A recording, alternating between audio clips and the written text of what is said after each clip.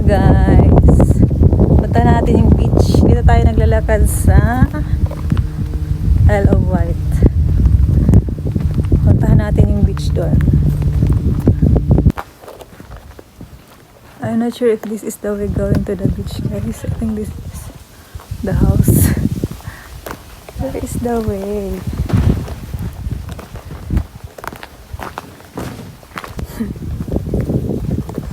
I'm not sure if this is the way going to the beach guys. It's a small road. Or maybe I'm lost. We will see.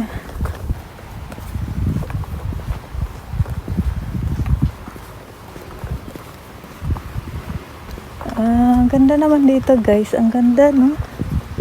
Ayan may mga nakaupo. Nice. Ang ganda guys. Ayun oh. May mga nagsisailing. Ang bagong pintura pala. Di pala pwede ito upuan.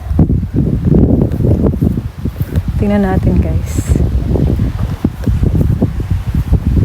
Wow, it's so nice. Look.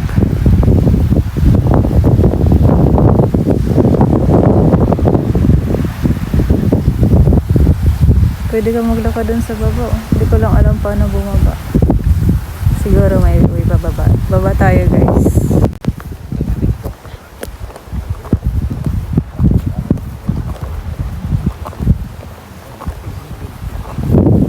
May maliit na daan dito. Pababa. Ayan guys, tama. Di tayo nawala.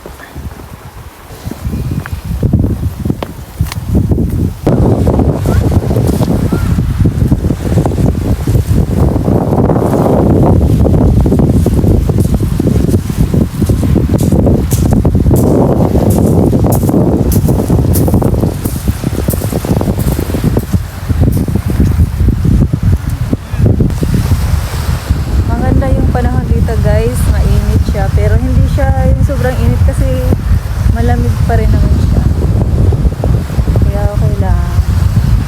Ang ganda.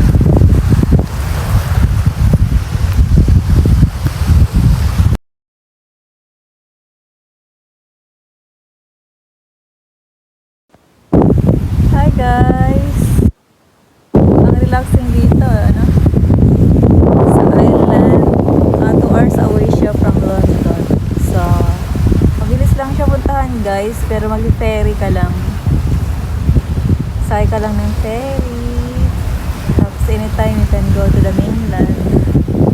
London, England. So, we are here in the island Isle of Wight. Malaki rin siyang isla guys. Marami siyang attraction mga activities.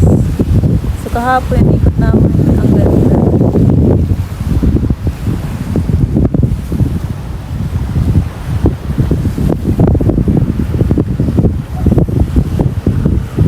Safe dito guys, kahit mag solo ka lang. Napaka safety. Ayan guys, tignan niyo yung view ko. Ayan guys, yung view. Makikita mo naman nagsisailing, nagbo-boating. Marami din dito nangingisda guys. Sabi ng friend ko, marami din mga Filipino dito pumupunta para mangisda.